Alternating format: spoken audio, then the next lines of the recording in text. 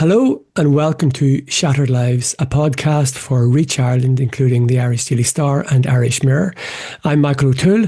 I'm joined by Paul Healy. Hello, Paul. Hello, Michael. So today is day 5 of our coverage of the case taken, a civil case taken at the Four Courts in the High Court in central Dublin by a lady called Nikita Hand. She is the claimant in the case and she is suing two men. They are what's called the respondents, Conor McGregor and James Lawrence. Now, she makes allegations against those men and the men have denied those allegations. It's important to stress again that this is a civil matter. It's not a criminal matter. So nobody is facing any criminal charges over this case or any criminal sanctions over this case. So it's in Court 24 of the Four Courts in central Dublin. The judge is Mr. Justice Alex Owens. And we have a jury of 8 women and 4 men. And today, as I said, is day 5. So, Paul, if my sums are right, today there were 6 witnesses in court. Yeah, another lengthy day in court, although things were cut a little bit short this afternoon. But yeah, quite a number of witnesses were on the 5th day of this particular trial. Again, I'm sure people are well aware, but just to warn people that there is sexual content in relation to this, in relation to alleged sexual assault. Okay, so the first witness, and I think a lot of witnesses today were in the medical field, and the first witness was a man called Neil Dempsey, who I believe is a paramedic and firefighter with the DFB Dublin Fire Brigade. Yeah, so we are now going through the evidence today in relation to the call out to Nikita Hand's mother's house on the 10th of December, so the morning after the alleged sexual assault, rape by Conor McGregor. So it was 8:41 in the morning when this witness, Mr. Dempsey, with Dublin Fire Brigade, said that he went to Miss Hand's mother's home in Drimna. He was called out there and he said that they were brought upstairs and they met with a woman who he identified as Miss Hand, said that there were visible marks on her neck and on her throat. And from his recollection, she had said at that point that she had been the victim of sexual assault. He said that Miss Hand's chief concern at the time was that she had a tampon up inside of her. And at that point, his female colleague, Etna Scully, also a paramedic with Dublin Fire Brigade, came inside and had a chat with Nikita and he left the room. Gardaí had also arrived at the scene and they left the room at that point in time. So before we hear from Miss Scully, we might just go back to the start of proceedings today. I think it's worth noting that the judge raises concerns before the proceedings started about a screen grab. Yeah, so I mean, you may recall a couple of days ago that there was a concern that possibly members of the public gallery might have been filming the proceedings, and the judge made a warning in relation to that today. Judge Owens said that he had an announcement to make, and he said that he had been made aware actually through a journalist, not myself now anyway, but that a live link of the proceedings that was available to people to watch, including legal practitioners, was someone had basically taken a screenshot of that. And so he was notifying the jury and indeed anyone in the court that if there's a possibility that someone had taken a screenshot of the proceedings and that they were in it and that they were aware of at least one image that had been circulated from that. So Judge Owens said that is a clear contempt of court, and he said that that is a matter that may end up now being the subject of a Garda investigation and a data protection investigation. Okay, so I don't have access to that feed, thankfully, and I don't know if journalists do they? No, I believe it's only available to legal practitioners. And indeed, when the overflow court was open, and I was in it briefly one of the days, you could watch that live link on a screen from the overflow court. So exactly how or from where a person took a screenshot of this, it's not clear. But this image had allegedly circulated and was brought to the attention of the court yesterday. Okay, so we'll get back to the direct evidence, shall we say, and that was Etna Scully, who was the female paramedic who was with Mr. Dempsey on the day. Yeah, well, Mr. Dempsey's evidence effectively was how they got her to Miss Hand to the ambulance and that they tended to her in the ambulance. And then we were shown the CCTV footage of Nikita Hand in the ambulance being tended to by Etna Scully and Mr. Dempsey. So Etna Scully was actually the next witness then, and she recalled the bruising to Miss Hand's neck, and that Miss Hand allowed her to examine her. And she said that she could see bruising around Nikita Hand's chest, around her breast, right down to her legs. She said she described Nikita Hand as being very bruised, and this experienced paramedic told the court today that she had actually. That she hadn't actually seen someone, I'm just going to read the quote exactly. I haven't actually seen somebody so bruised in a long time. So that was her evidence in relation to that. She was asked just what she recalled being told by Nikita Hand in the ambulance, and she said she basically told me that she had been grabbed around her neck, that she had been fighting somebody off, and there was a threat made to her. And she was asked in court whether she had named her attacker, and she said she hadn't. Okay, and the conversation that took place in the ambulance during her examination of Miss Hand and before Gardaí came in, she told the court. Yeah, and that footage that we were shown of the interactions in the ambulance, it was brought down to 10 minutes for the court, but it is a 40-minute CCTV clip. So in total, she was 40 minutes in that ambulance being tended to, and we saw Miss Hand having her coat taken off and being examined by Miss Scully, and we could see her leg at one point and a bruise mark on Miss Hand's leg, and it was described in court by the witness as being bruising. She was also asked, Miss Scully was asked about Miss Hand's demeanour, and she said that she was curled up. And then when it eventually came to them getting to the Rotunda Hospital, to the sexual assault trauma unit, to take Miss Hand out of the ambulance, she said that she was very distressed in a curled up position. She didn't want to get out of the ambulance onto a trolley. So she was actually brought out in a wheelchair, and going into the Rotunda Hospital, she had herself covered with a blanket. She didn't want to be uncovered going into the hospital, the court was told. Okay, and so I believe a medical professional was the next witness. That's Dr. Emma Quinn, is it? Yeah, so a lot of today's evidence was medical evidence, and a number of different medical practitioners involved in this case. So the first was Dr. Emma Quinn, and we were told that she was a general practitioner in the Walkinstown Medical Centre, and she confirmed that Miss Hand was a long-standing patient there, and that she attended to her on one particular occasion on the 19th of December. This was in relation to internal bruising, and she was cross-examined by Remy Farrell in relation to an appearance in 2018 and 2017. And this is where we learned that Miss Hand was the victim of a car accident, and that she had suffered neck or back pain from this car accident in 2016. And Dr. Quinn effectively confirmed that. We didn't go much further with Dr. Quinn because it transpired that the next witness in the case was the long-standing general practitioner for Miss Hand and had dealt with her over the years. And just one point, just to contextualise, the visit to Dr. Quinn was on the 19th of December, so just over a week after the alleged incident. Yes. Yes, and and in relation to that appearance on the 19th of December, she said, she told me her story that she had been assaulted, that she'd been complaining of pain in her neck, and also had a sensation of a lump in her neck. She was distressed the whole time. She said, I felt there was tenderness on the side of the neck, which was consistent with internal bruising and consistent with the story she told me of being held forcibly on the left side of her neck. At that time, I diagnosed her with internal bruising, which would be something that would take a lot longer to resolve, she told the court. So that was the extent of her dealings with Miss Hand. And we then went into quite long evidence from a Dr. Frank Clark.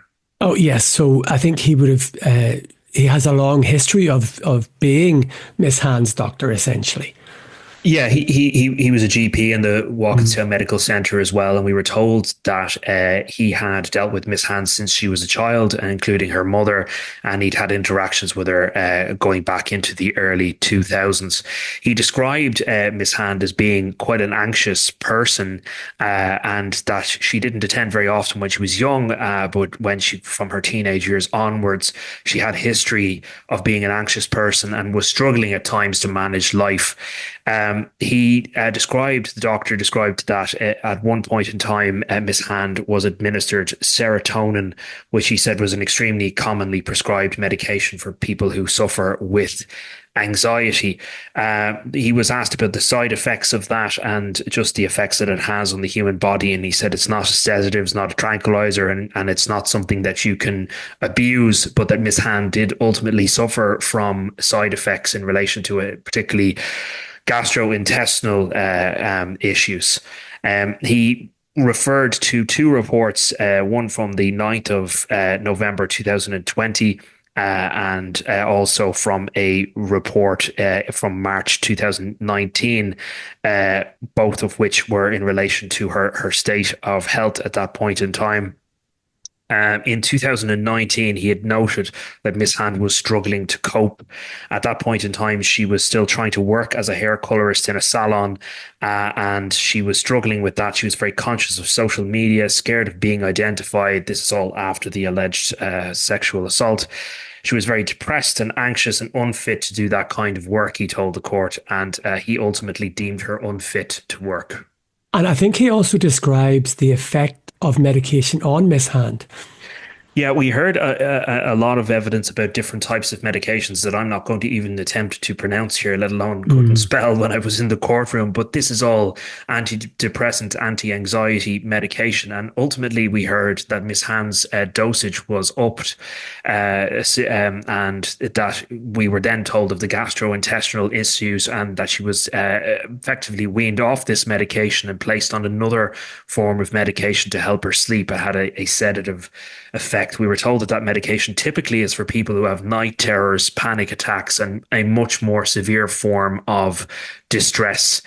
The doctor went into how Miss Hand was at one stage prescribed the likes of diazepam, Valium, so benzo type drugs. But he stated that people cannot really be on those types of drugs for a long period of time. And he also stated that Miss Hand had been undergoing counselling.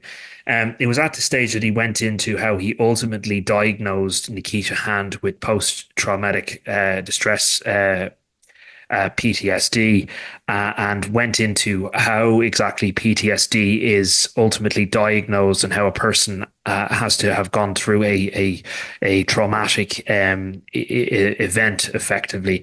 He said that people with PTSD struggle with their self-esteem, which he said Miss Hand did, that people lose hope, hate themselves, and that they could start drinking too much sometimes, which he said that Miss Hand was engaging in a lot of drinking, but he did not deem her to be an alcoholic. And if I'm reading this correctly, he also said that he believed Miss Hand eventually got it under control.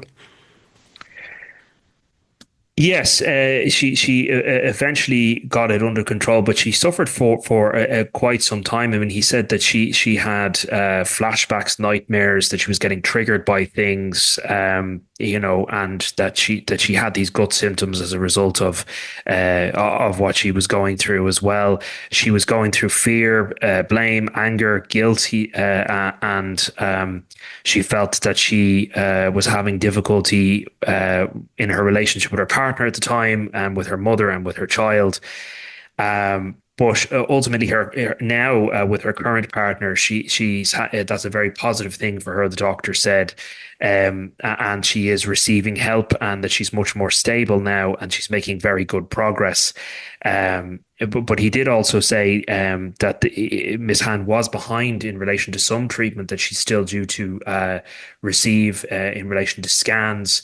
And there were ongoing concerns about that, and he was actually asked why was that, and he said, well, that is because she is still suffering from the symptoms of post-traumatic stress disorder, PTSD. And I think the doctor also mentioned Miss Hand and her efforts to go back to work and the difficulty in going back to work? Yeah, well, I mean, he said the nature of her work, hairdressing, he described it as almost being like a public kind of event, a performance, and that it wasn't really suited to her or her mental health at that point, or her sanity, and that in some ways it was triggering for her because people would talk about the event. So she ultimately wanted to go and do something else, and she tried cleaning for some time, but we did already hear evidence about that. That did not last either, and he had told the court that that Miss Hand was being triggered too easily, basically because she could overhear conversations about the alleged incident and the fact that it had been, on social media, and it had been also in the media itself. And the Dr. Clark said, look, she has had therapy, but he believes she still has a lot of therapy ahead of her. There's a long road to go. Yeah, I mean, look, as I mentioned, he said she has ongoing symptoms due to PTSD, and having more recently also due to what was described as a very difficult event. She hasn't been attending with him in some time. She's had difficulty attending him due to what was described in court as a difficult recent event. But he says she's doing her best, and she's continuing to have therapy, but he believes she's quite a bit of therapy ahead of her. So I think that was the end of Dr. Clark's direct evidence. So then he was cross-examined by Remy Farrell, senior counsel for Mr. McGregor. Yeah, and Mr. Farrell was interested in how PTSD is diagnosed, and in relation to a traumatic event as well. And he basically asked whether someone can believe they've gone through a traumatic event and that event could be disputed. And Dr. Clark said that can be the case. He also asked about the medication that was given to Miss Hand and what occurs when people go off it. And he described in court how people can have anxiety, like electric shock type symptoms.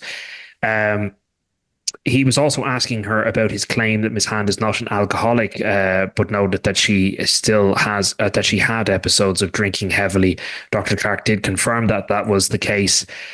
He was also asked about occurrences before 2008 and whether he had noted Miss Hand had difficulties with alcohol before 2008. He said, "I don't think so." And Mr. Farrell did say that Dr. Clark had documented anxiety and panic attacks before 2008 in relation to Miss Hand. And he was saying that the witness had told the court that those symptoms do go hand in hand with drinking oftentimes. And Dr. Clark said, well, that is a common thing, but he could not recall having noted any specific issues with alcohol in Miss Hand prior to 2008. And then Mr. Farrell brought up an incident. I believe Miss Hand was involved in a car crash. Yeah, we heard mention of this earlier in relation to the previous witness, and Miss Hand had suffered a car crash in 2016, and Mr. Farrell was bringing up that in September of 2018, so just over 2 months before the alleged rape, that he had noted Miss Hand had come in and was suffering anxiety as a result of a soft tissue injury. And Dr. Clark told the court that Miss Hand had anxiety at the time, not as a result of necessarily the injury, but from not being able to cope with work at that point in time. Again, that's just over 2 months before the alleged assault in this case. And was that the end of Dr. Clark's evidence?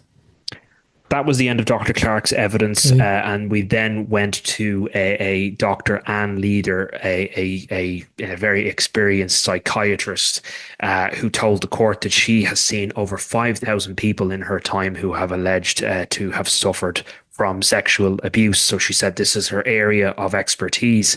She was referring to reports that she made on the 4th of December 2020 and the 9th of April 2024.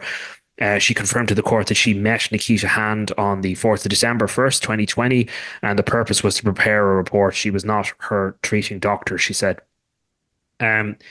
She said when she saw Nikita Hand, she felt she was a good communicator and a clear historian. She said some other things I'm not going to repeat here because the jury were ultimately told to disregard them, but the jury was sent out of the room, and Remy Farrell for Conor McGregor objected in relation to that, and that's why the jury were sent out. And when the jury were brought back in, Mr. Justice Owens advised the witness to stick to psychiatry and to not to tell the court any personal opinion, to give any personal views, just to stick to her area of expertise. And he told the jury to be guided on that front as well. So, and the doctor was then asked to refer to her therapy notes and to read part of those notes. Yeah, so she said that Nikita Hand gave an account of a rape.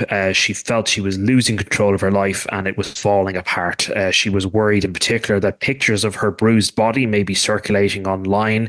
And she had told her counsellor that Garrity had told her that the person who she stated allegedly sexually assaulted her as friend, so referred to as Mr. X, had stated that he had had consensual sex with her and that this upset her and made Miss Hand feel like a lump of meat. And she was also upset because she felt that she wasn't there for her own daughter because she was preoccupied with what had occurred, and that she was finding it difficult to negotiate her relationship with her then partner at the time. And I think Dr. Leader came to the conclusion that Miss Hand was suffering from severe PTSD. Yeah, this is the second witness to say that she diagnosed Nikita Hand with PTSD, and she did so through another method. There are two accepted methods the court heard, and this was the American model. She came across Miss Hand to Dr. Leader as someone who was clearly traumatized.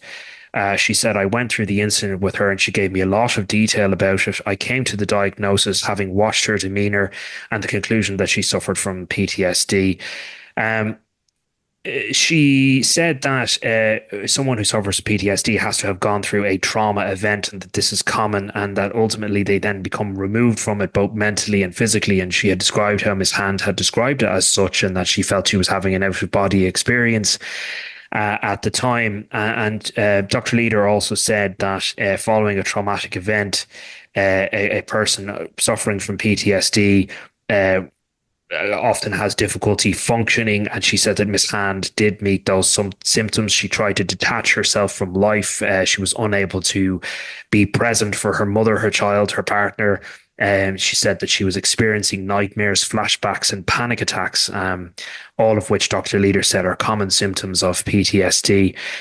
She said that Nikita Hand was having frequent panic attacks and that she had told her that she felt a choking sensation at times and a feeling as though she was going to pass out. And I also believe that Dr. Leader says Miss Hand told her she wanted to die.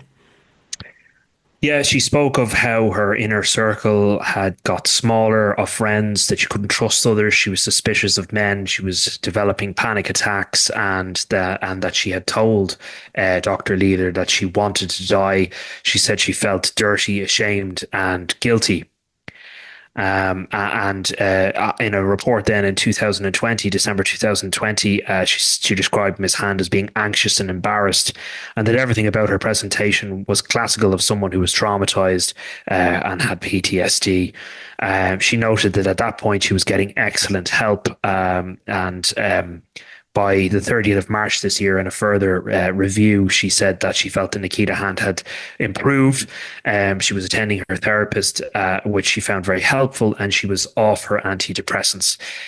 Ms. Leader said that she believed that she was still suffering from the symptoms of PTSD. And she said that any time that Nikita Hand has to relive it by having to talk about it, it can exacerbate it unless she's talking to a therapist, which could help with it and help her work through that effectively. So I think we came to a lunch break then, did we? Yes, that was a lunch break, and I admittedly was unable to return to court due to some unforeseen issues, but I am reliably informed that matters resumed at 2:00 and did not stay for very long. So I understand that we got the start of, I suppose, what's going to be the Garda evidence in relation to the Garda investigation. The court has already heard that there was a Garda investigation into the alleged events at the Beacon Hotel between Conor McGregor and Nikita Hand and James Lawrence, and that ultimately it went to the Director of Public Prosecutions, which decided that there would be no charges. And so the now retired Detective Sergeant Peter Woods, who we've already heard interviewed Nikita Hand on the 5th of January 2019, he took to the witness stand and he began to give evidence of how Conor McGregor was arrested on appointment on the 17th of January 2019. It was at this point that a legal issue arose, and I understand that matters have been adjourned and we will resume again tomorrow morning. But I think retired Detective Sergeant Peter Woods actually arrested Mr. McGregor by appointment. He was the officer who arrested him, I believe. Okay. Yes. All right. So I was going to say short and sweet, but we've been at it quite a while. So we'll be back tomorrow. And it's expected that retired Detective Sergeant Peter Woods will be on the stand again, giving more evidence. Yes, the court resumes tomorrow, and I think, if I understand things correctly, we are coming towards the end of Miss Hand's side of the case anyway, but remains to be seen what happens after that in relation to the respondents in this case, who have the right to call witnesses and to give evidence themselves if they so wish. We were told this is going to last up to 2 weeks. So depending on how things go tomorrow, we might have a good idea of when this may come to a conclusion. And we're obviously in the second week now, so it's going along at pace anyway. It certainly is. Okay, was that us? Yes, thank you very much. Thanks, everybody. We'll be back again tomorrow.